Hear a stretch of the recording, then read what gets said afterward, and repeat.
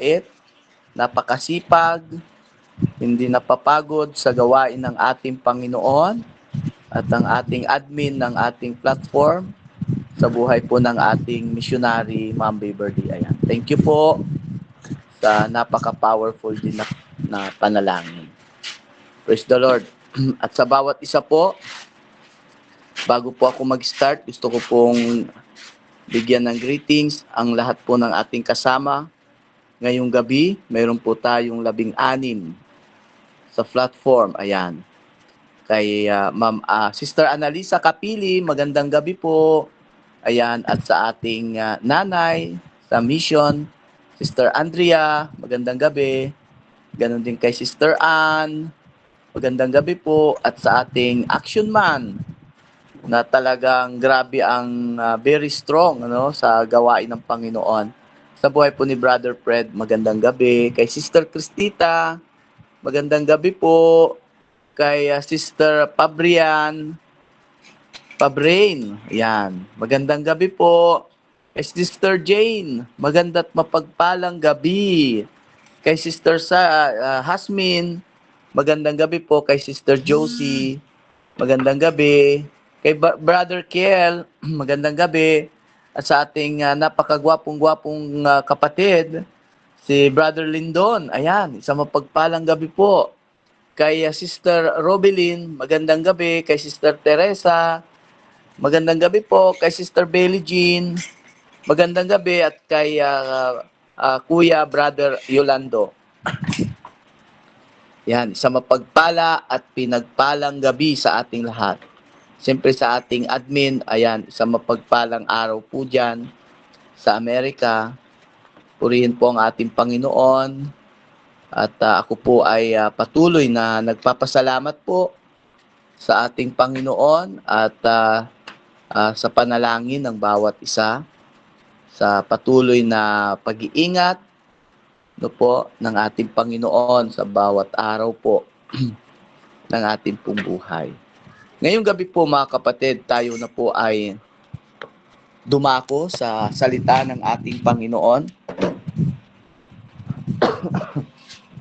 At ang ating pong key verse ngayong gabi, ayan, makibuklat po tayo sa aklat po ng unang Juan, 1 John chapter 5 verse 13.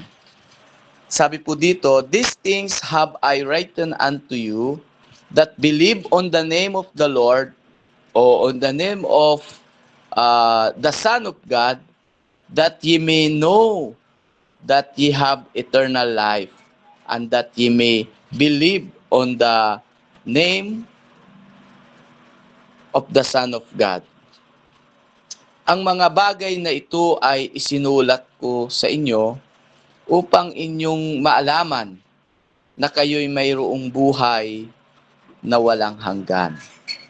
Sa makatuwid ay sa iyong pananampalataya sa pangalan ng anak ng Diyos. Purihin po ang Panginoon sa pagkabasa ng kanya pong mga salita. Muli tayo po'y manalangin. Ama namin Diyos na makapangyarihan sa lahat, sa pangalan ng aming Panginoong Hesus at sa patnubay ng iyo pong banal na Espiritu, Panginoon, maraming salamat pong muli sa oras na ito, sa napakalaking pagkakataon po, Panginoon, na kami ay malayang magbubulay-bulay po ng iyong salita. Malaya po kami na patuloy na lumalapit po sa iyo, Panginoon. Hayaan niyo po, O Diyos, na ngayong sandaling ito, hayaan niyo po na may taas namin kayo, Panginoon. May taas ka namin sa aming mga buhay, O Diyos. Hayaan niyo po na mabigyan ka namin ng parangal, Panginoon. At ngayong gabi, dalangin po namin, samahan mo po kami. Ikaw, O Diyos, ang siyang magsalita sa aming kalagitnaan.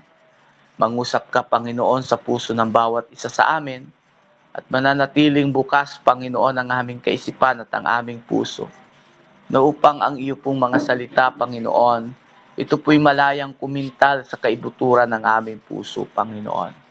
At magrema po ito sa bawat araw po ng aming buhay. Maraming salamat po, Panginoon, at dalangin ko po na patuloy mo po akong itago sa iyong likuran ngayong sandali, na upang ikaw ang siyang makita at maranasan at hindi po ang aking kahinaan, Panginoon. Tunay nga, O Diyos, na ngayong gabi, ang iyong banal na Espiritu, Panginoon, ay magpo-flow sa amin na upang ang iyong mga salita, Panginoon, ay patuloy po naming maunawaan, O Diyos. Salamat po ng maraming marami. At dalangin ko po ang katagumpayan ng iyong gawain, Panginoon. Salamat po, ito pong aking panalangin sa pangalan ng Ama, ng Anak, at ng Espiritu Santo. Amen! Praise the Lord! Hallelujah! Sabi po ng ating keyboards, ang mga bagay na ito ay sinulat ko sa inyo upang inyong maalaman na kayo'y mayroong buhay na walang hanggan. Sa makatuwid ay sa inyong pananampalataya sa pangalan ng anak ng Diyos. Amen. Kaya gusto ko pong mangusap, mga kapatid, alam ko po na sasariwain natin ang assurance of salvation. Sariwain natin yung kaligtasan natin sa Panginoon, Sabi po ng assurance, yung ibig sabihin ng assurance. Assurance is a statement, privilege, or guarantee po designed to inspire confidence and remove doubt. Walang alinlangan, Hallelujah. Sabi doon sa synonym, yung ibig sabihin ng assurance, yung synonym niya is yung promise, yung bond, at promise, yung commitment, yung guarantee, yung pledges, pledge, yung promise, yung certainly, parang ganon. Tapos yung undertaking, promise, parang word of honor, Kumbaga, yung assurance, kasiguruhan. Ayan. Sa madalit salita, ang ibig sabihin ng assurance is sigurado. Hindi maaantala. The assurance of salvation. Napakahalaga po ito kasi nung ako po ay in-invite doon sa almost 14 years anniversary ng church, at ang itinapik ko is assurance of salvation. Sabi nung pastor nila, sabi niya, nakikita kitang nag-share ng gospel sa street at ang topic mo lagi is salvation. Gusto ko na ituro mo sa anniversary namin, sabi niya. 14th year anniversary dun sa church na yon. At bago po ako mag-start, na surprise ako kasi 14 years na yung church, pero ang sabi ko bago ako mag-start, ang ating buhay ay hindi natin pag-aari. Ito ay biyaya. Ito ay pagkakataon. Ito ay pinahiram, pinagkatiwala ng ating Diyos. Paano, sabi ko, kung sa araw na ito at sa oras na ito'y mawawalan ka ng buhay? Ibig sabihin, kapag ikaw ay namatay ngayon, sabi ko, sa congregation, itaas nga ninyo ang inyong mga kamay sa lahat ng sigurado na makakasama niya ang Panginoon. Kapag namatay ka ba ngayon, siguradong ikaw ay ligtas. Nagulat po ako. Walang nagtaas ng kamay. Nagulat ako, bakit walang nagtaas ng kamay? Doon sa congregation na yon na running for 15 years. 14 years na siya. Running to 15 years. Old na yung church. No po? Kasi gusto na ng Panginoon dito sa ating key verse na ito na isinulat yung promise na ito ng Panginoon upang malaman natin na tayo ay mayroong pong buhay na walang hanggan. Sinigurado po ng Panginoon na kapag tayo ay nasa Panginoon at tayo ay naglilingkod sa Panginoon, tinanggap natin ang ating Panginoong Jesucristo sa buhay natin, at tayo nananampalataya sa Panginoon, sa ating Panginoong Jesus, ano po, at ibinigay natin ang ating pagtitiwala po sa Kanya, at patuloy na ang ating buhay ay isinuko na natin sa Panginoon, isinurrender na natin ang lahat-lahat sa Panginoon. Pag sinabing sinurrender kasi, nialay mo na yung buhay mo sa Kanya eh. Di po ba? Ang promise ng Panginoon, tayo ay malaman natin na may buhay na walang hanggan po tayo. Sa makatuwid, sabi ng ating key verse, sa ating pananampalataya sa pangalan ng anak ng Diyos. Kapag tayo po'y nanampalataya sa Panginoon, at ibinigay ang ating buhay sa Panginoon, may assurance po tayo. Assurance of salvation. Sinigurado po yan ng Panginoon na yung kaligtasan natin sa kabilang buhay ay sigurado po tayo. Kaya gusto ko pong magrema ito sa atin sa gabing ito na patuloy na mailagay natin sa damdamin at isipan natin, mga kapatid, na mayroon tayong assurance sa kaligtasan. Kasi po, kinakailangan po sa mindset natin, mailagay sa puso at isipan natin na kahit na anong sitwasyon ng buhay natin, na kahit saang area at parte ng ating sitwasyon sa ating buhay, once na ikaw ay nananampalataya at nagtitiwala sa Panginoon, sinabi mo na yung lahat-lahat, kinonfess mo na yung iyong kasalanan sa Panginoon, 100%, tayo ay mayroong buhay na walang hanggan. Hindi na po binabawi yan. Hindi binabawi ng Panginoon yan. Parang regalo po yan. Amen? Pag halimbawa sa ating lahat dito, may nag-birthday, ayan. Diba? Pag may nag-birthday sa atin, ang ating missionary ay grabing magbigay ng gift. Diba? Pag tinanggap mo yun, wala na siyang pakialam eh. Iyong-iyo na talaga yan eh. Diba? Parang walang nangyayaring ibinabawi, di ba? Hindi. Sa'yo na talaga yan. Control mo na yan. Iyong-iyo yan. Amen?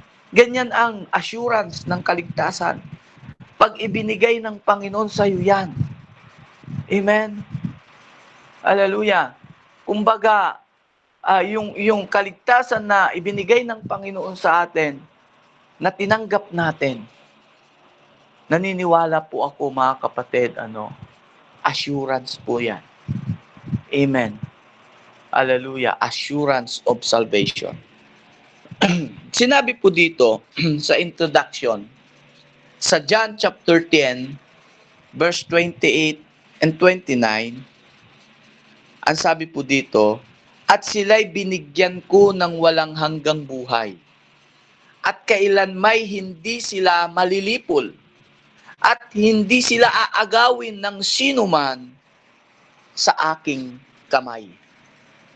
Sa verse 29, ang sabi dito, at ang aking Ama na sa kanila ay nagbigay sa akin ay lalong dakila kaysa lahat, at hindi sila maaagaw ninuman sa aking Ama.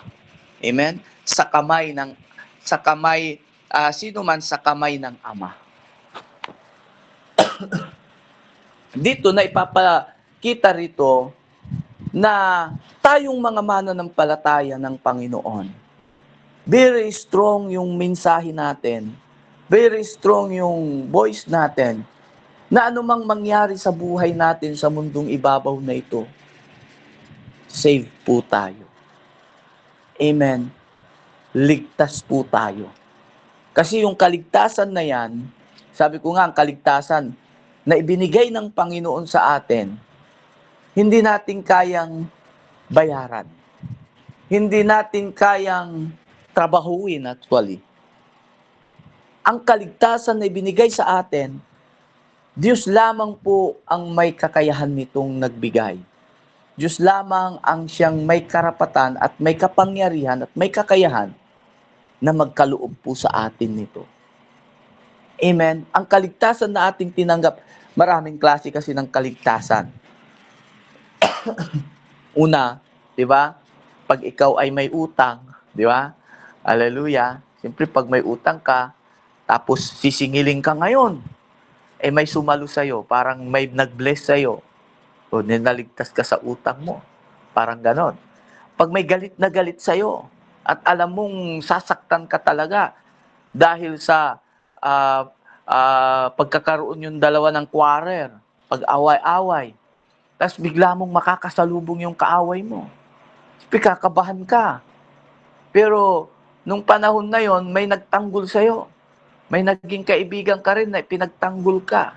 So naligtas ka doon sa kaaway mo. Pero itong kaligtasan na sinasabi po ng Bible, kaligtasan sa kabilang buhay, na ang may bigay lamang nito ay ang ating Panginoon. Amen? Siya lamang ang nagbigay nito. Siya lamang ang nagkaloob nito. Siya yung nagbigay ng regalo na ito, tinanggap lang natin. Yung regalo na ng kaligtasan, yung assurance, yung kaligtasan na ibinigay niya sa atin, na tinanggap natin, nagkaroon na po tayo ng assurance. Amen? Assurance doon sa salvation, doon sa kaligtasan. Amen po. Ang isipin natin, yung tinanggap natin na ito ay mayroong kasiguruhan, may commitment. Sabi nga ng assurance, may commitment, amen, may pledges, ano ba yon? Promise, word of honor, di ba? Hallelujah. Assurance, mga kapatid. Sabi dito sa sa John chapter 5, glory to Jesus. John chapter 5 verse 24. Yan, buklat tayo ng Bible. Glory to God. John chapter 5, glory to Jesus. Verse 24, Bible says that, katotohanang sinasabi ko sa inyo, ang dumirinig ng aking salita at sumampalataya sa Kanya na nagsugo sa akin, ay may buhay na walang hanggan. At hindi papasok sa paghatol, kundi lumipat na sa kabuhayan mula sa kamatayan. Ito po'y pagkilos ng kamay ng Diyos. Ito po'y gawa ng Panginoon. Ito po'y makapangyarihang pagkilos ng Diyos sa taong nananampalataya sa Kanya. Amen. Sa isang tao na isinurrender niya ang kanyang buhay sa Panginoon. Sa tao na patuloy na nananalig, at pinangahawakan ang pananampalataya na kaloob ng Diyos sa kanyang buhay. Yung pananampalataya na ito hindi nagmula sa atin. Ito po'y nagmula sa Panginoon. Ito po'y nag-activate lang, ito po'y nagre-rema sa ating buhay kasi tayo po ay binigyan ng Panginoon ng authority. Amen? Binigyan tayo ng authority. Kaya yung pananampalataya na ito ay bunga po ng ating pagsunod sa kagustuhan ng Panginoon. Kaya yung faith na ito'y paganahin natin. Amen? Yung pananampalataya na ito'y bigyan natin ng kapangyarihan sa buhay natin. Yes. Hallelujah. Alam niyo sa panahon natin ngayon nakakalungkot. Marami pong bihasa sa Bible, bihasa sa salita ng Panginoon. Pero hanggang doon lang. Hindi nila ini-impart sa sarili. Hindi nila minamanifest sa sarili po. Alam niyo yon, na kung saan, basta ganun lang, ang salita ng Panginoon, bigyan natin ng pagtitiwala. Amen. Pagtitiwala sa magagawa ng Panginoon sa ating buhay. Kasi po, ang ididiin ko po dito mga kapatid, mayroon po tayong apat na sinigurado ng Panginoon na assurance natin. Na kasiguruhan po natin. Ano po itong apat na ito? Kaya doon sa church na, nung in-invite ako, nagulat ako kasi 14 years na salvation yung pinatopic sa akin. No? Siguro, kinakailangan talaga ma-refresh. Alam nila, pero dapat nare-refresh tan eh. Kumbaga, aalisin natin yung alinlangan. Kasi tayong lahat, di naman talaga perfect. Di ba? Kumbaga, araw-araw naniniwala ako, hindi perfect yung decisions natin. Hindi perfect yung ginagawa natin. Pero hindi porket hindi perfect yan, iiwanan ka ng promise. Iiwanan ka ng gift. Hindi po. Amen.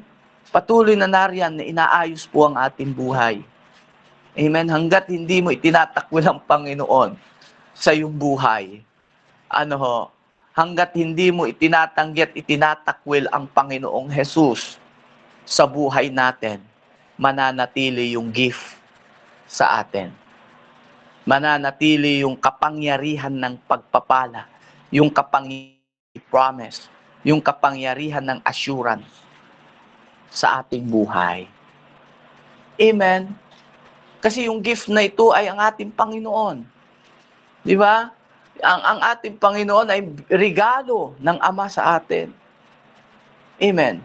Kaya hanggat nandito yung regalo ng Panginoon, ng ating Ama, na ang ating Panginoon Kristo sa buhay natin, may assurance of salvation po tayo.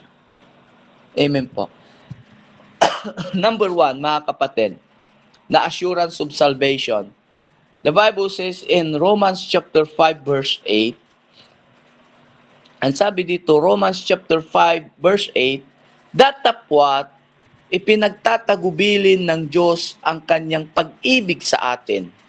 Nang tayo'y mga makasalanan pa, si Kristo ay namatay dahil sa atin. Number 1, Christ died on the cross for us. Yes, the assurance of salvation, namatay ang ating Panginoon sa krus ng Calvary para sa ating kasalanan. Para sa pagkatubos ng ating mga kasalanan. Tinarabaho po ng ating Panginoon ang ating kasalanan na tayo malinis. Na upang magkaroon tayo ng pag-asa. Na upang magkaroon tayo ng kaligtasan. Ang Panginoon po ang siyang nagplano. Ang Panginoon po ang siyang gumawa ng paraan para tayo malinis. Para tayo po ay mailagay sa plano niya. Mailagay sa buhay na walang hanggan. Amen. Hallelujah. Kaya kinakailangan tayo po mga mananampalataya, malagay sa isipan po natin, sa puso natin, na ang kaligtasan po ay may kasiguruhan. Ang promise ng Panginoon ay may kasiguruhan. Yun nga po yung number 1, died. Amen. Christ died on the cross for us. Ang rason kung bakit namatay ang ating Panginoon at naghirap sa krus ng Kalbaryo. Yung latay na tinanggap ng Panginoon. Yung sakit na tinanggap ng ating Panginoon. Bawat hampas ng latigo sa katawan ng ating Panginoon. Ang kapalit po noon ay kagalingan sa ating karamdaman, kagalingan sa ating mga kasalanan. Paglilinis ng ating Panginoon. Yung kasalanan natin di natin kayang linisin. Pero ginawa po yan ng ating Panginoon sa krus ng Kalbaryo. Amen. Lagi nating mailagay sa isip at puso po natin na patuloy na mag-activate na ang kaligtasan tinanggap natin galing sa Diyos. Hallelujah. Kaya alam nyo, panatag po tayo. Amen. Panatag tayo anuman ang mangyari sa mundong ito. Pinaubayan na natin sa Panginoon ang ating buhay. Hindi po magpapabaya ang Panginoon sa atin.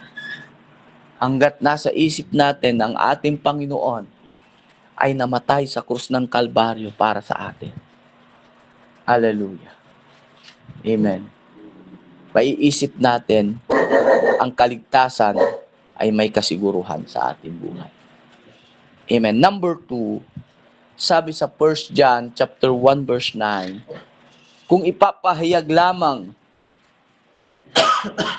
ng iyong mga labi na ang iyong mga kasalanan sa Panginoon, tumingi ka ng tawad sa Kanya. Take note, tapat ang Diyos na siyang magpapatawad sa atin. At lilinisin tayo sa lahat ng ating kalikuhan. Hindi po totoo yung hindi ka pinatawad ng Panginoon. Hindi po totoo yung namimili ang Panginoon. Hindi po totoo yung may paborito ang Panginoon. Hindi po totoo yung may pinapaboran ang Panginoon. Hindi po. Once na ang isang tao ay humingi ng tawad sa Panginoon at patuloy siyang nagpalinis sa Panginoon, tapat ang Diyos na magpapatawad sa atin at nilinis na tayo sa lahat ng ating kalikuhan. Hindi man 100% na nawala, pero at least sabi ko nga po lagi, at least nag-a-active, nag-a-upgrade. Kung 10%, 5% ngayon, dapat sa mga susunod na araw, magiging 6% naman yan. 7% naman yan, yung pagbabago. Yung difference. Amen? Hallelujah. Dapat ganon. Amen? Lagi nating tandaan, ang point ko po mga kapatid, number 2, you are forgiven. Pinatawad ka ng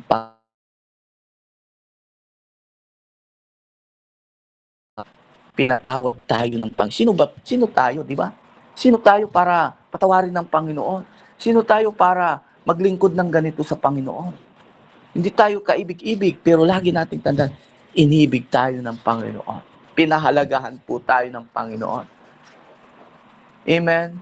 Number 2, para mag-manifest, mag-activate yung isip natin na may assurance sa kaligtasan, pinatawad tayo ng Panginoon.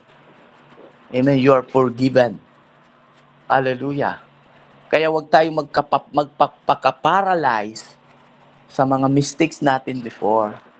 Wag tayong maging paralyzed doon sa mga nangyaring negatibo nung isang araw, nakaraang taon, o how many years man yan, mga kapatid. Hanggat tayo po ay humingi ng tawad sa Panginoon, pinatawad tayo ng Panginoon. Nilinis na po tayo ng ating Panginoon. Nasa process tayo ngayon. Nasa proseso po tayo ngayon. Amen. At kinakailangan i-activate natin yung pananampalataya natin. Alisin natin ang alinlangan. Alisin po natin yung sana. No? Alisin natin yung laging sana nga, wag. Dapat lagi nating sabihin, I claim Lord. Yes, Lord. Hallelujah. Hindi ako nag-aalinlangan, Panginoon. Tinanggap ko na kahit sabi ni Lord, kahit di mo pa tinanggap, tanggapin mo na. Itatanggapin mo naman talaga. Amen. Yan ang tinatawag na pananampalataya. Kapanatagan. Amen. Hallelujah. So, yon mga kapatid, number 2, you are forgiven. Number 3, ayan, mabilis lang po tayo. Number 3, sabi sa John chapter 1 verse 12, ang sino mang tumanggap sa akin, sabi ng Panginoon.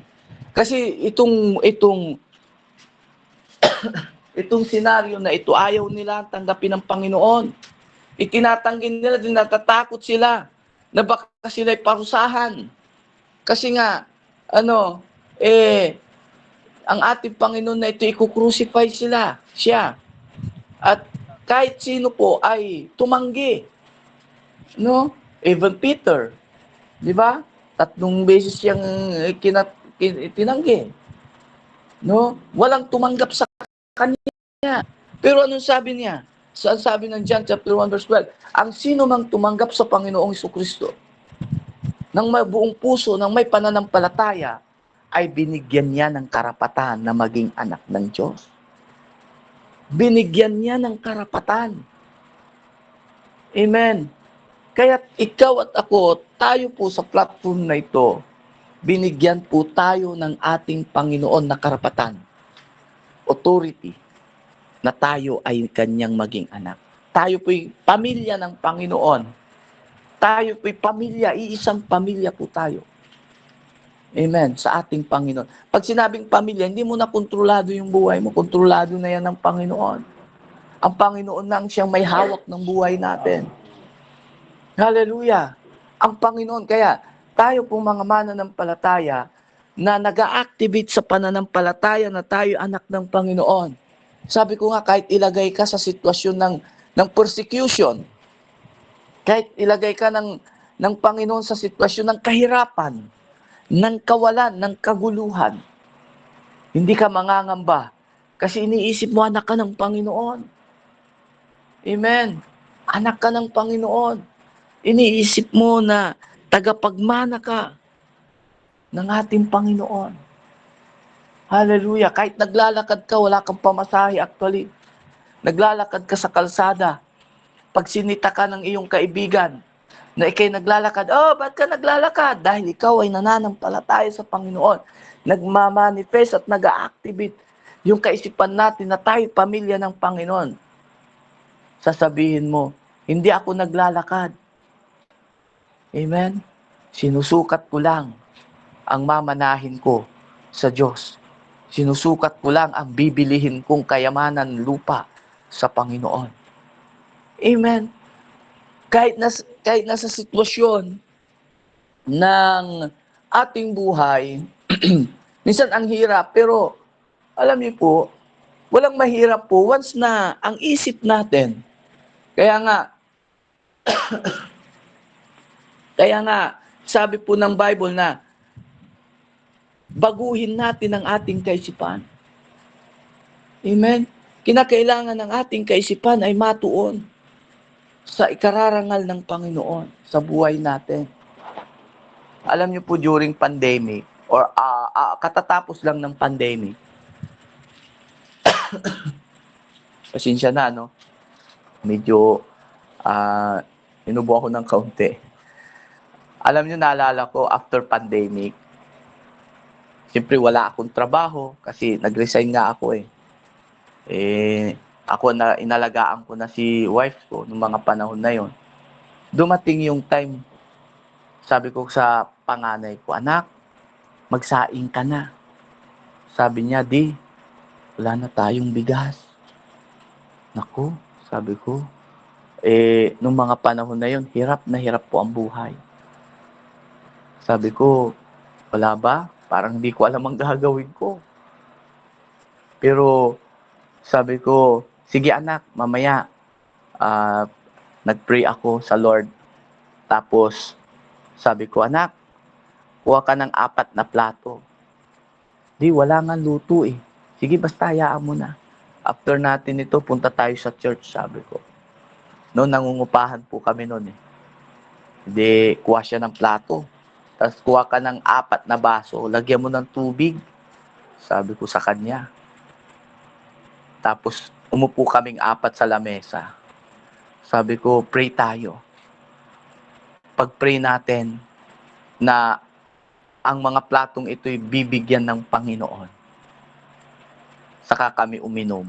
Tapos alis na kami, punta kami ng church.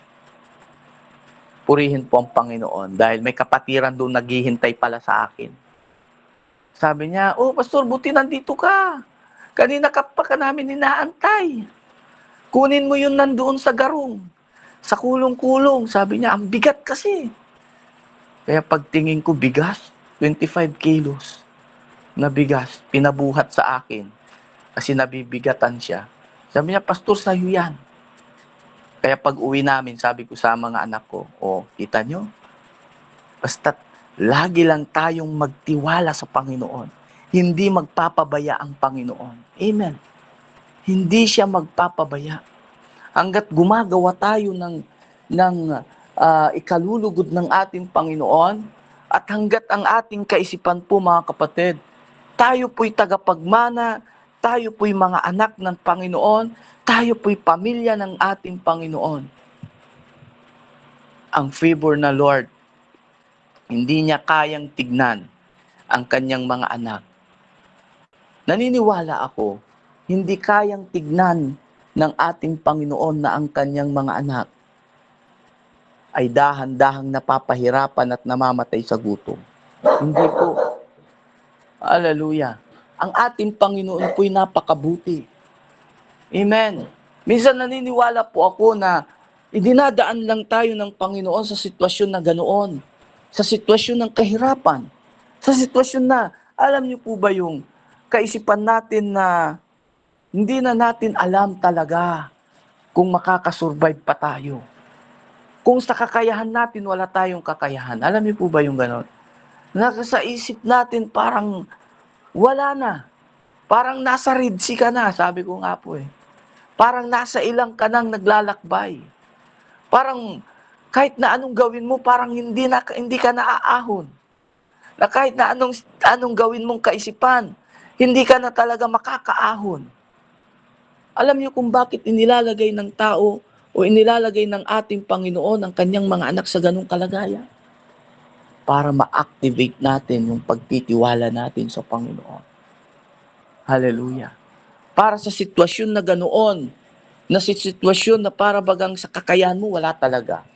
Kaya inilagay tayo ng Panginoon sa sitwasyon na wala ka nang magagawa kasi alam natin at may lagay sa puso natin may magagawa ang Panginoon. Sa hindi porket hindi mo kaya, hindi rin kaya ng Panginoon. Hallelujah. Minsan nilalagay lang tayo ng Panginoon sa sitwasyon na gano'n para malaman natin na tayo anak ng Panginoon.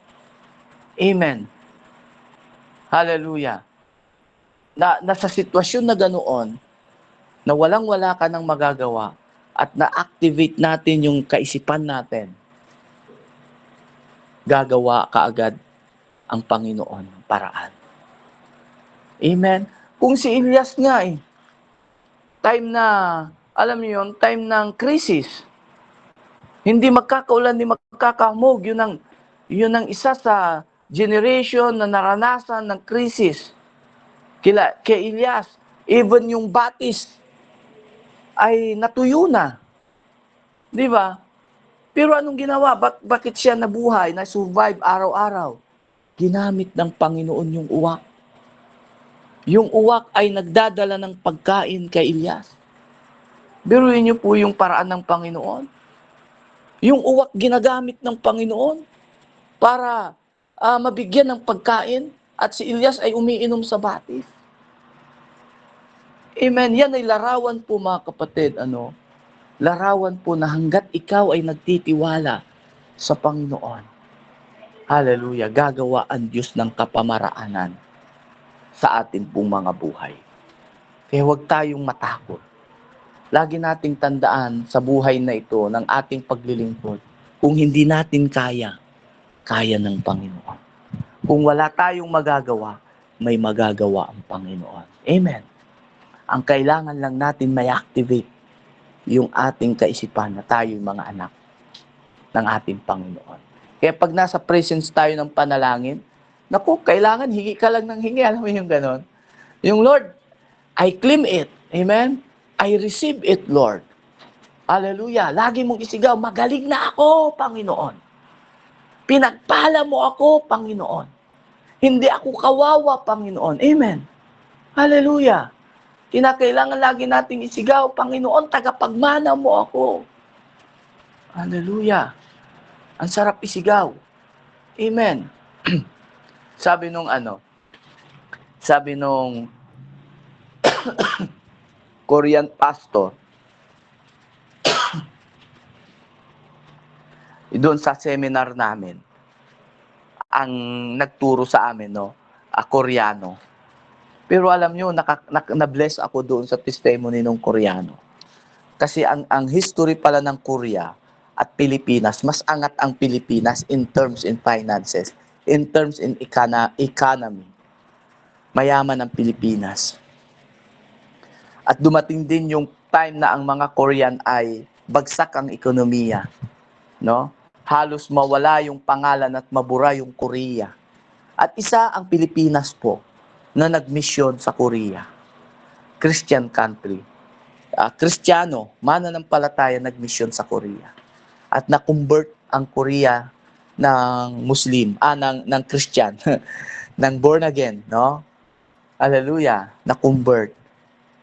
And then ngayon, yung pinaka-presidente nila na born again, nag-start siya nanungkulan, zero balance. Binigay niya lahat ng ari-arian niya. Umupo siya as a president, zero balance siya.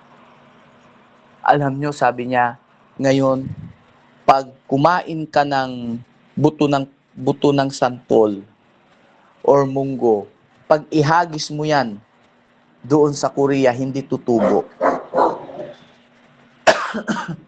Kailangan mo ng agriculture, mga tapos, no? Tapos sa kaalaman ng pagtatanim para tumubo ang isang buto doon sa Korea. Kasi nga, yelo nga eh. Pero dito sa Pilipinas, sabi niya, pag kinain mo yung santol at nalunok mo yung buto, pag idinumi mo, tutubo.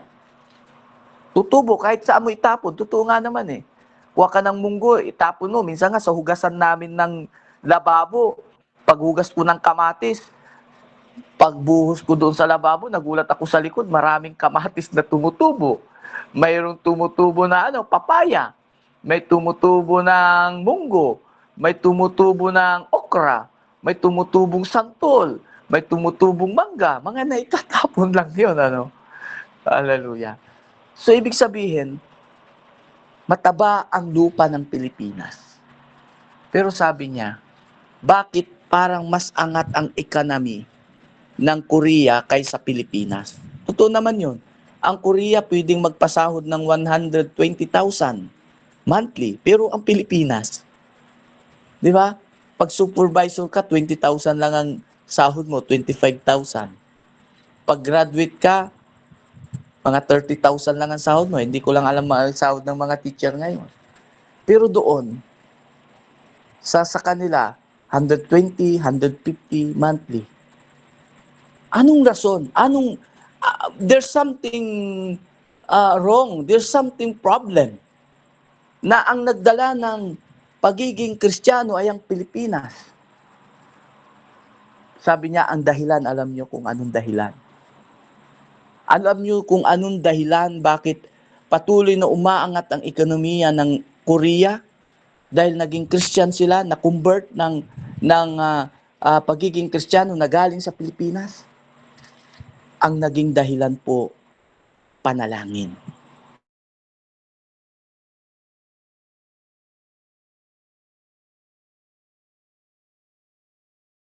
Sigaw nila. Grabe talaga yung hiyaw nila para silang nandoon sa, alam niyo yon, nandoon sa bukid. Talagang grabe yung kanilang rubdob sa panalangin, mga kapatid. Amen. So, ang point dito is this. Hallelujah. Lagi nating tandaan, you are now a child of God. Amen. Tayo po, angkinin natin na tayo po'y mga anak ng Panginoon. Amen. May authority tayo. Na kapag tumawag tayo sa ating tatay, may authority ka. Ang anak, pag humingi ng baon sa tatay, sa mama, mayroon ba kayong naringgan na anak na, "Ma, please, ma, sana naman, ay bigyan mo ako ng baon, maalala mong may pasok ako bukas. Ma, sana naman maalala mo ako na, bigyan ng, kailangan ko ng ganito, kailangan ko ng tuition fee, kailangan ko ng baon araw-araw. Ma, Ako'y naglalakad, baka naman maalala mong bigyan mo ako ng pangpalamig. Hindi ganun humingi ang anak eh. Di ba? Ma, pahingi nga ng baon ko. Ma, hindi ako nagkain kahapon. Dapat dublihin mo ngayon. Di ba? Ma, ano na ngayon? Katapusan na, ma. Kailangan bigyan mo ako, padalahan mo ako. Ganun humingi eh. Di ba? Kasi alam niya, anak siya. At alam niya yung nagdurugtong ng relationship nilang dalawa ay siya ay anak, tatay siya, nanay siya. Amen. Ganun din po tayo sa Panginoon. Hallelujah. Hindi naman parang alam niyo, hindi naman parang pangaharas, hindi po. Ang point po is this, kailangan yung pananampalataya natin, yung faith natin, hindi mo ang larawan ng pananampalataya, hindi mo pa natatanggap. I-claim mo nang tinanggap mo at tatanggapin mo, sabi ng Panginoon. Amen. Ibig sabihin po, nag-a-activate sa isip at puso natin bilang tayo mananampalataya na makitang lumalakad tayo na mga anak ng Panginoon. Lumalakad tayong mananampalataya ng ating Panginoon. Lumalakad tayo at nabubuhay tayo na kasama ang Panginoon. Amen. Hallelujah. And then lastly, mga kapatid, ang lastly, sabi sa aklat ng Philippians chapter 3, verse 20, pasensya na po kayo, ano? Hallelujah. Kasi nung nagtitinda po kami, sobrang, yun nga po, sa init, tapos biglang umulan, tapos ang lamig nung nainom ko kaninang naabutan ako ng soft drinks, kaya medyo, sa sobrang uhaw ko rin, ano. Pero ang nararamdaman ko po talagang parang nililinis lang ni Lord, no? Yung aking parang nadi-detox lang, parang ano. So, dito po sa Philippians chapter 3 verse 20, sapagkat ang ating pagkamamamayan ay sa langit. Mula doon ay hinihintay naman natin ang tagapagligtas, ang Panginoong Jesus. Wow. Hallelujah. Amen. The proof na mayroon tayong assurance, tayo po, hallelujah, ang pang-apat, you are now citizens of heaven. Citizens of heaven. Tayo po, ang pagkamamamayan natin ay sa kalangitan. Kung tayo po'y Philippine citizen, no? Panandalian lang yan. Pero ang tunay na citizenship natin ay sa kalangitan. Amen. Hallelujah. Yan ay sinigurado po ng ating Panginoon na ang ating pagkamamamayan ay sa langit. You are now citizens of heaven. Kapag ang isang Kristiyano po, tayo pong mga mananampalataya na mayroong pananalig sa Panginoon, dapat may kaisipan po tayo na ang kaisipan natin, mga kapatid, hindi tayo taga rito. Taga langit tayo. At tayo ay tagapagmana ng ating Panginoon nang walang pag-aalinlangan. Kasi once na sinabing citizens of heaven, at yun ang ina-activate natin sa ating sarili, sa puso natin, dito pa lang, kung ano yung ugali ng kalangitan, ika nga. Kung ano yung sistema sa kalangitan, ika nga. Ina-activate na natin dito. Sinasanay na natin. Amen? Hallelujah. Kumbaga dito pa lang, mga kapatid, minamanifest na natin. Amen po. Kaya nga, ang lahat ng mga taga daily devotion, mayroon ng transformation. Amen? Napakabait at madaling, alam yun, madaling lapitan, ganon. Madaling hingian ng advice. Di ba? Hindi ka maiilang. Ganon. Kasi nabago na yung mindset natin. Tayo po ay mga magkakapatid. Tayo po ay mga citizens of heaven. Amen? Citizens, ang ating pagkamamamayan ay hindi dito sa lupa, kundi sa kalangitan.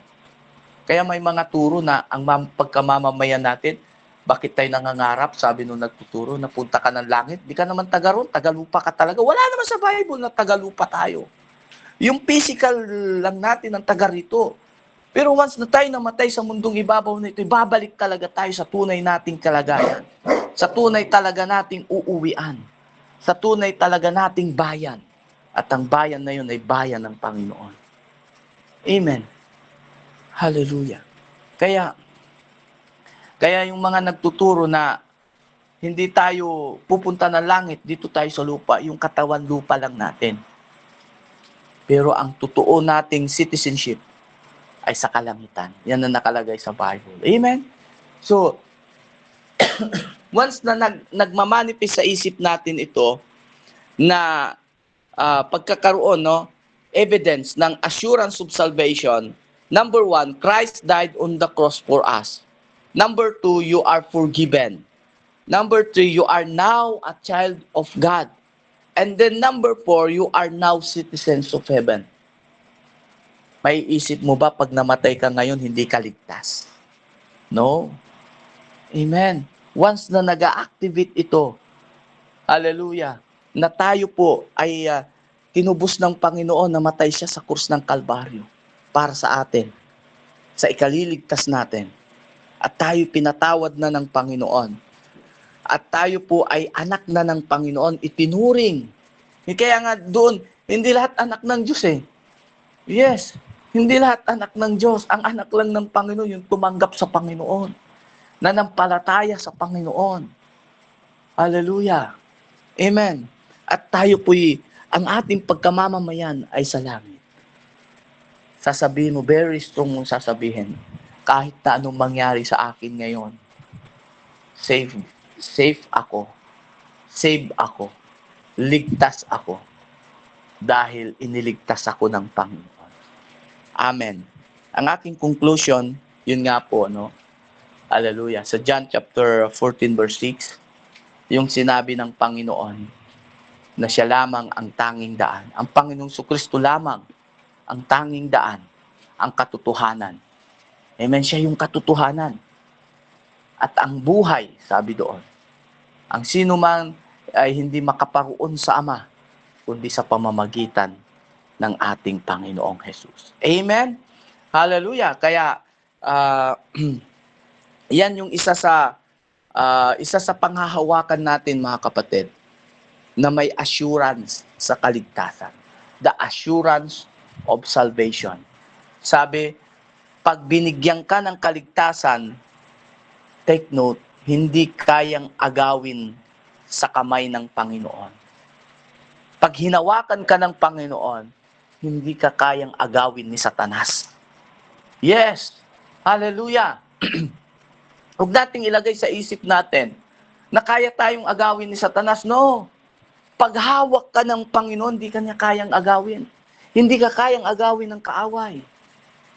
Hindi ka kayang agawin ni Satanas. Amen. Hallelujah. Hanggat hawak-hawak ka ng Panginoon. Kasi po, ang ating kaisipan, ang ating pong kaisipan, once lang kaisipan natin ang ating Panginoon lagi. Sa buhay natin, sa lahat ng buhay natin.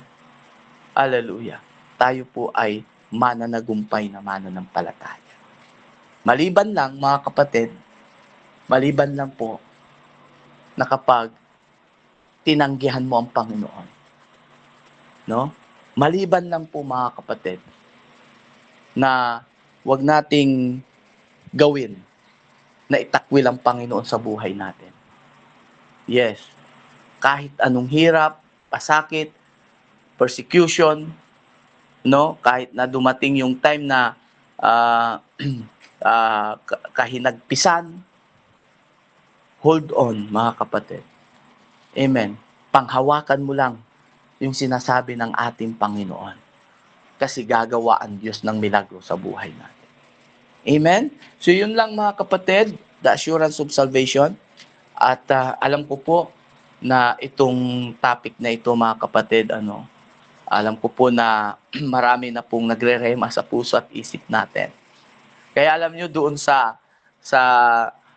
nag-invite sa akin ng 14 years ng church after ng message, ngayon, sabi ko, pag tayo ba'y nawala sa mundong ito, saan tayo pupunta? Sabi na, sa langit! Doon sa piling ng Panginoon. Di ba? Na-activate, mga kapatid. Hindi na nawalan ng ng kalumbayan. Naging strong ang personality ng isang tao, no? Na alam niya na kasama niya ang Panginoon. Na alam niya na ang Panginoon ang siyang nangako. Na alam niya na ang Panginoon, hallelujah, ang siyang patuloy na gumagabay sa ating buhay. Amen? So yun lang, mga kapatid. Salamat po. Hallelujah. Sa ating platform. Po, tayo po'y manalangin. Father God, thank you po sa patuloy na paalala mo sa amin sa gabing ito. Salamat, Lord, na nasariwa po namin ang assurance na ipinagkaloob mo sa amin na kaligtasan, Panginoon. Salamat, Lord, na binigyan mo po kami ng isang puso na handang manindigan, isang puso na walang alinlangan, isang puso na mayroong kalakasan, Lord, na panghawakan, Lord. Hallelujah. Na tunay nga na kami ay iyong binigyan ng kaligtasan. Binigyan mo kami ng pag-asa, Panginoon. Salamat po, Diyos. At dalangin ko po na huwag mo pong hayaan na ang aming buhay ay mapalayo sa iyo. Huwag mo pong hayaan, Lord, na ang aming buhay na ito ay mapanghinaan ng loob, Panginoon. Dahil aminado po kami. Kilala po namin, Lord, ang aming sarili.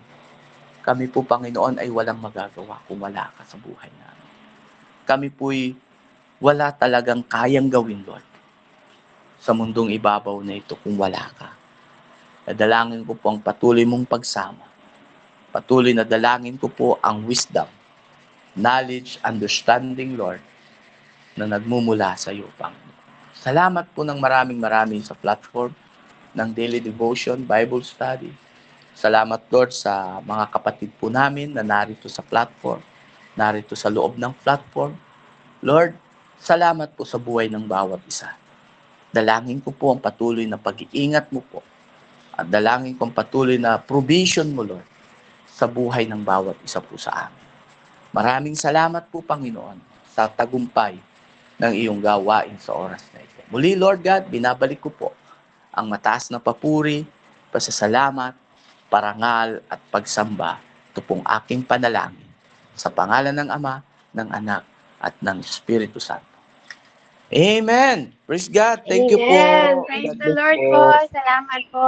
Ayan, at bago tayo dumako sa ating mga karagdagan or mga tanong ninyo, tayo po ay mag-alay ng awit, Ate Rubilin, para sa ating Panginoon. Amen po. Sige po, tayo po umawit. Praise God.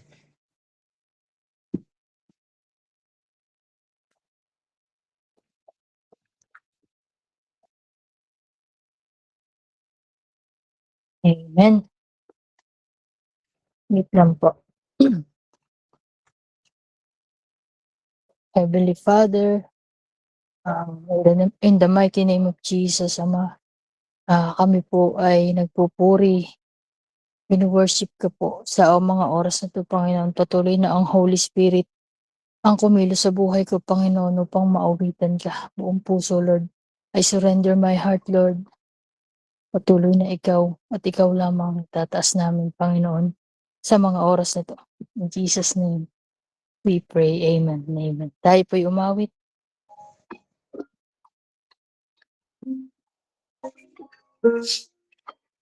Thank you, Jesus.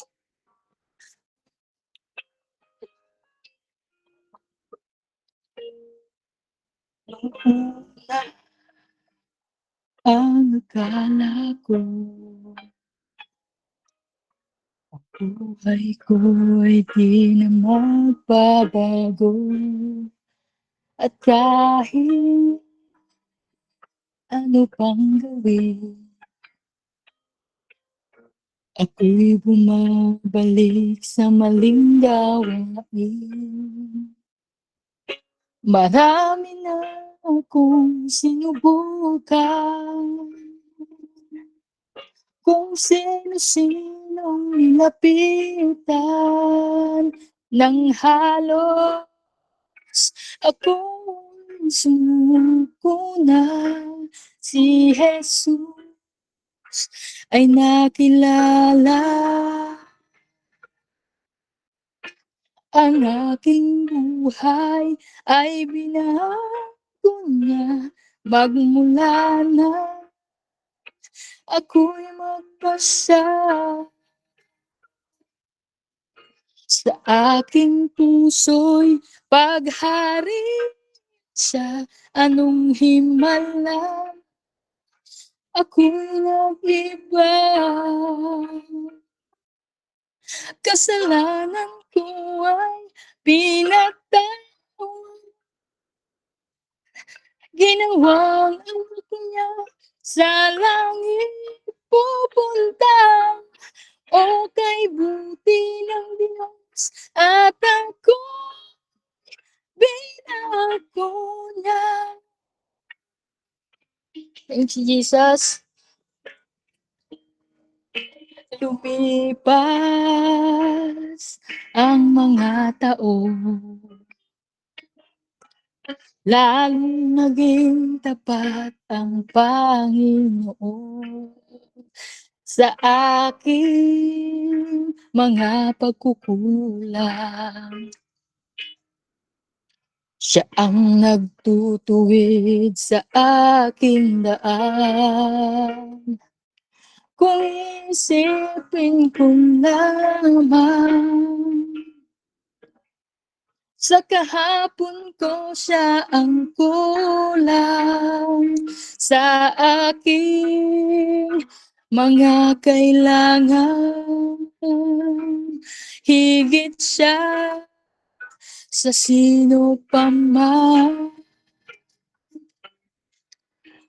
Ang aking buhay ay binago niya. Magmula na ako'y magpasa sa aking puso'y paghariin siya. Anong himala, ako'y nag-iba. Kasalanan ko ay pinatawad. Ginawang anak niya sa langit pupunta. O kay buti ng Diyos at ako binago niya.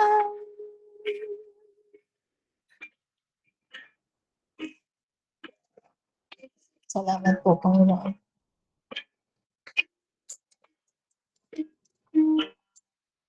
Kasalanan ko ay pinagtawad. Ginawang anak niya sa langit pupunta. O kay buti ng Diyos at ako binago niya.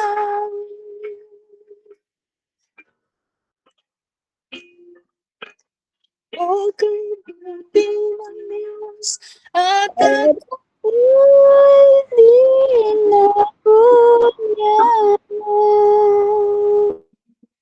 We praise you, Lord. We worship you, Lord, in spirit and in truth. In Jesus' mighty name, we pray. Amen and amen. Back to you po, Sis Beth. Amen. Praise the Lord. Ayan, nakakita po ako ng bagong pangalan.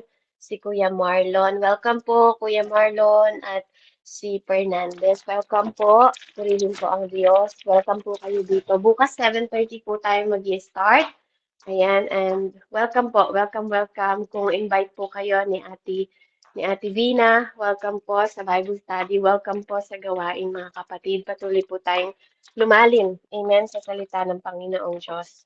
Ayan, so glory be to God po. Tayo po ay dadako na sa atin po. Kung may mga question kayo about salvation, about assurance natin, narinig po natin ang mga pahayag ng ating pastor at narinig din natin yung mga ano po, verse na nagsasabi at nagpapatunay po. Oh, okay. Si Marlon po is asawa ni Ate Fab. Welcome po, Ate Fab. Ay, welcome po sa asawa mo, Ate Fab. Welcome, Kuya Marlon. Nawa hindi po ito yung una at huling makasama ka namin palagi para po sama-sama tayo buong pamilya natin. As for me and my household, we will serve the Lord. Amen? So praise God. Especially po, may mga Bible study din po kami ng kalalakihan. Amen. Every Monday po. Baka gusto niyo sa men's Bible study, every Monday po. Women's Bible study po, every Monday din. Para may private din at privacy. Yung mga complaint ninyo sa inyong asawa, ayan, pwede niyo pong i-open up doon at ma-advise kayo ng good counsel galing sa ating mga kalalakihan na mga tatay na mananampalataya. So praise Jesus, purihin po ang Panginoon. Anyone po na may question sa mensahe natin ngayong araw na to? You make your own. Oh, I thought you only got it so early. I thought you had coffee. You want coffee?